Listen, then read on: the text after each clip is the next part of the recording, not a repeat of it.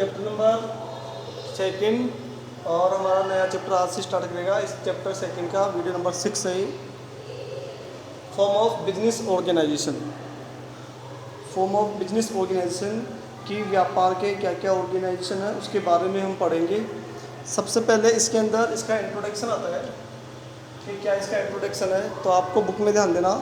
If one is the planning to start a business और is interested in expanding and acting on important decision relate to the choice of the firm organization।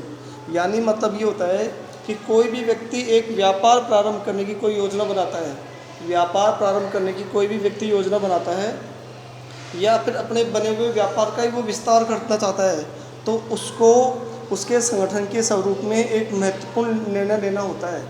जैसे कि कोई व्यक्ति है वो नया business start करना चाह रहा है, या तो वो हो सकता है, या फिर जिसका बिजनेस पहले से स्टार्ट है और वो अपने बिजनेस को ही और लार्ज करना चाहता है, बिजनेस को और डेवलपमेंट करना चाहता है, तो उसे उसके संगठन के स्वरूप के संबंध में एक महत्वपूर्ण निर्णय लेना होता है। सबसे उपयुक्त स्वरूप का निर्धारण करते समय व्यक्ति को अपने साधनों और ध्यान में रखते हुए प्रत्येक स्वरूप के लाभ और हानियों को देखकर करना होगा।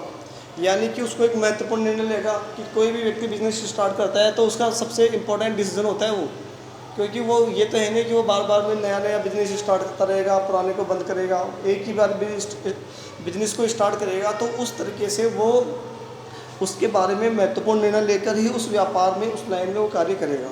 ठीक है। या फिर कोई पहले से व्यापार चल रहा है, उसी को विस्तार करना चाहता है, उसी का बड़ा रूप करना चाहता है, तो उसके बारे में भी वो सोच समझ कर ही पावर लेगा, डिसीजन ले पाएगा।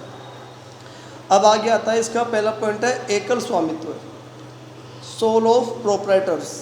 एकल स्वामित्व वाली जो बात आ रही है, सोल ऑफ प्रोप्राइटर, ये पहला पॉइंट इसका ध्यान देना। इसमें क्या है, do you often go in the evening to buy register, pen, chart paper etcetera from a small stationery store well in all profitability in the course of your transaction you have interested with a solo proprietor। यानी कि आपने देखे होंगे कई बार छोटे जो stationers होते हैं, छोटे जो स्टोर वाले होते हैं, या स्टोर से रजिस्टर वाले मानो, या फिर पेन, चार्ट पेपर आदि खरीदने के लिए जाते होंगे हम नॉर्मली छोटी दुकानों पर। संभावना यही है कि इस सौदे के दौरान किसी एकल स्वामित्व के संपर्क में आते होंगे। मतलब एकल स्वामित्व का मतलब ये हो गया, जो व्यापार का अकेला व्यक्ति स्वामित्व रखता है, जो सिंगल पर्सन ही अपने बिजनेस को हैंडल करता है, वो एकल स्वामित्व कहलाता है। उसमें किसी का कोई लेन देन नहीं होता, किसी का कोई भागीदार हिस्सा नहीं होता, ना कोई किसी का पार्टनर होता है। वो अकेला व्यक्ति ही खुद डिसीजन लेता है, अकेला व्यक्ति ही खुद अपने व्यापार को चलाता है, और अकेला ही अपने व्यापार के हिसाब से आगे के फ्यूचर में अपने बिजनेस के बारे में सोचता है, प्लानिंग करता है कि व्यापार की योजनाएं जो भी होती है वो उसको बनाता है और उसके हिसाब से वो कार्य करता है। तो एकल स्वामित्व हमेशा छोटे जो स्मॉल बिजनेसमैन होते हैं वहाँ पर ज़्यादा सही रहते हैं, क्योंकि छोटे स्मॉल जो बिजनेस है वहाँ सिंगल पर्सन उस बिज़नेस को हैंडल कर लेगा, बड़े बिजनेस को सिंगल पर्सन कर नहीं पाएगा। तो ऐसी कंडीशन में फिर क्या होता है कि छोटे व्यापार के अंदर एक आदमी ही अपने व्यापार को चला लेता है और वो अपने बिजनेस को अकेला ही हैंडल कर लेता है, उसको अदरवाइज दूसरे व्यक्ति की ज़रूरत नहीं होती। इसको कहते हैं सोलो प्रोप्राइटर्स। सेकंड पॉइंट आता है joint Hindu family business. Joint Hindu family business, इसका मतलब हो गया कि जॉइंट हिंदू फैमिली बिजनेस, जो ये सेकंड पॉइंट है। अब एक चीज़ को ध्यान देना कि एकल स्वामित्व के भी फीचर्स आते हैं कि सोलो प्रोप्राइटर्स के क्या क्या फीचर है। तो सोलो प्रोप्राइटर के क्या क्या फीचर है, तो ध्यान देना। इसके फीचर्स की हम बात करें तो पहले इसके फीचर्स पढ़ लेते हैं। फॉर्मेशन एंड क्लोजर, इसका मतलब ये होता है कि फॉर्मेशन का मतलब ये हो गया कि निर्माण और समापन। जो एंडिंग होता है बिजनेस का, कि बिजनेस का शुरू कहाँ से हुआ और उसका बिजनेस का एंड कहाँ से हो रहा है, निर्माण और उसका समापन। तो ध्यान देना, इसके फीचर्स का पहला पॉइंट है हरी and legal formalities are required to start a solo proprietor business, though in some cases one may required a license. इसका मतलब ये हो गया कि जो एकल स्वामित्व वाले व्यापार होते हैं, जो अपने व्यक्ति अपने व्यापार को स्टार्ट करने के बारे में सोचते हैं या वैधानिक औपचारिकताओं की उनको आवश्यकता होती है, कि जो एकल स्वामित्व होता है अपने व्यापार के निर्माण करने के लिए या व्यापार के समापन करने के लिए उनको वैधानिक औपचारिकताओं की शायद ही आवश्यकता होती है। ऐसा कोई जरूर नहीं है, क्योंकि नया निर्माण करना है व्यापार का तो उसको किसी से एडवाइस नहीं लेनी, खुद के डिसीजन लेगा और खुद ही व्यापार को स्टार्ट कर देगा। अगर उसको व्यापार का समापन भी करना होगा, एंड भी करना होगा, तो खुद के डिसीजन से वो अपने व्यापार को एंड कर देगा, समापन कर देगा। उसको किसी वैधानिक कार्यवाही की आवश्यकता शायद ही उसको ज़रूरत पड़ेगी, वैसे उसको ज़रूरत नहीं होती। हाँ, कुछ मामले ऐसे होते हैं जिनमें लाइसेंस की आवश्यकता ही होती है, चाहे वो एकल ही व्यापारी हो, छोटे व्यापारी हो, लेकिन उसके अंदर एकल व्यापारी के अंदर भी लाइसेंस की आवश्यकता होती है।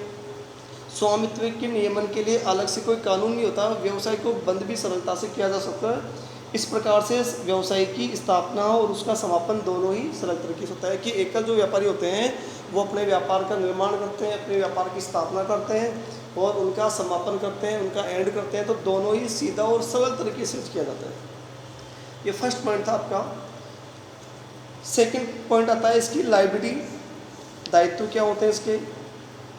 Sole proprietors have unlimited liability. This implies that the owner is personally responsible for. इसका मतलब ये हो गया कि एकल स्वामित्व का दायित्व क्या होता है, असीमित होता है। अनलिमिटेड लायबिलिटी होती है उसकी। जो प्रोप्राइटर होता है बिजनेस का, उसकी लायबिलिटी क्या होती है, अनलिमिटेड होती है, क्योंकि उसका दायित्व का मतलब ये हो गया कि यदि व्यापार की संपत्ति सभी ऋणों का भुगतान के लिए पर्याप्त नहीं है तो स्वामी ऋणों के भुगतान के लिए व्यक्तिगत रूप से उत्तरदायी होगा। यानी कि उसकी जितने भी एसेट्स हैं बिजनेस की, वो सारी की सारी क्या होगी, एकल स्वामित्व की होगी।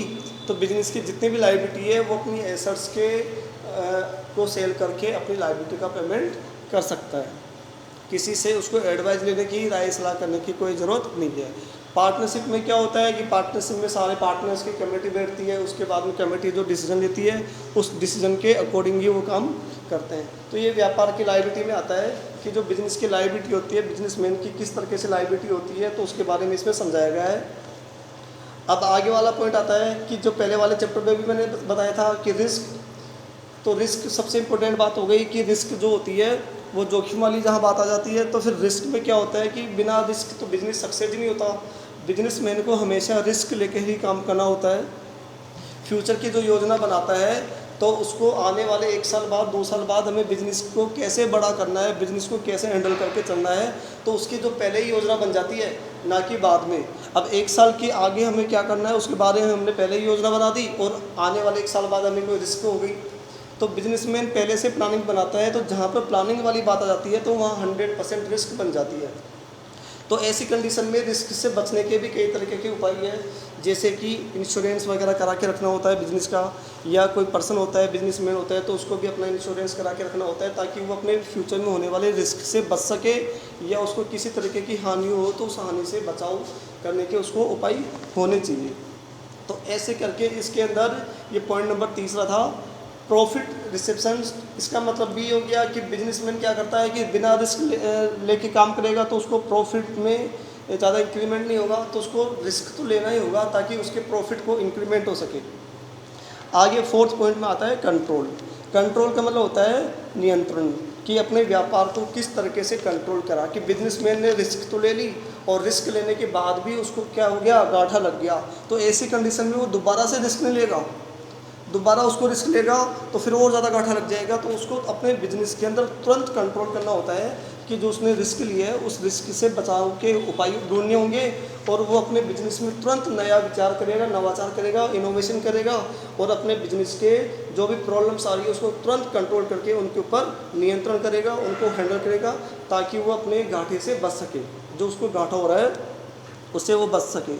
फिर आगे वाला पॉइंट आता है, इसके अंदर कोई अस्तित्व नहीं होता बिजनेसमैन का, कोई उसका सेपरेट, कोई उसका ऐसा कोई पर्सनल बिजनेसमैन का अस्तित्व नहीं होता। वो अपने कर्मचारियों को ध्यान में रखकर ही कोई कार्य किया जाता है, कि ऐसा नहीं है कि पर्सनल बिजनेसमैन अकेला खुद अपने अस्तित्व में कार्य करता है। वो सारे कर्मचारियों को ध्यान में रखकर ही उनके हिसाब से वो काम करता है।